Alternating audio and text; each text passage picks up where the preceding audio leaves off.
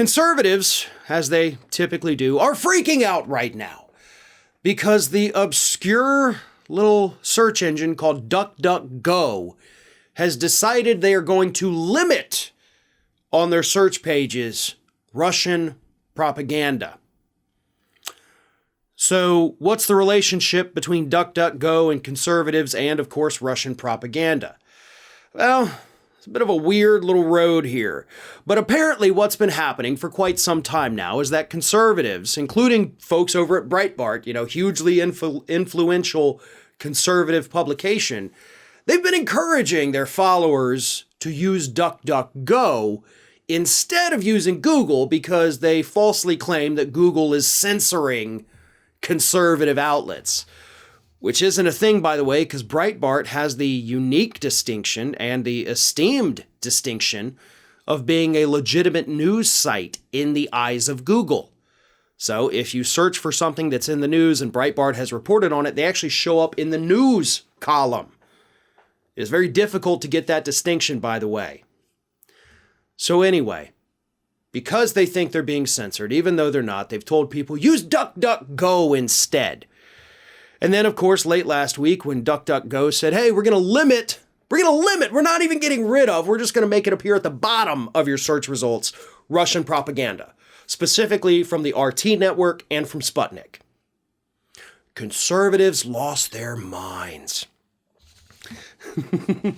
Here's what Tarl Warwick, a self-described libertarian YouTube user, said. He said, if you're using DuckDuckGo, I suggest you stop using it and switch to something else. I want tens of thousands of people to stop using it.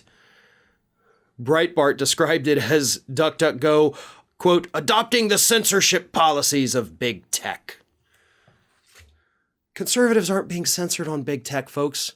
We know this. Studies have actually shown that conservatives benefit more. Their stuff is shared more widely on big tech. Whether it's Google, Facebook, or Twitter, conservatives always dominate it. And they pretend like they're not. Because, that generates sympathy. It generates revenue. It generates clicks and likes and shares when they claim that they're being censored. But the big question, of course, is why y'all care if they're limiting Russian propaganda? Unless, of course, you're spreading it. Is that what's happening here? Is that what we're watching? Are you guys worried that if they limit Russian propaganda, that somehow that means you are going to be limited?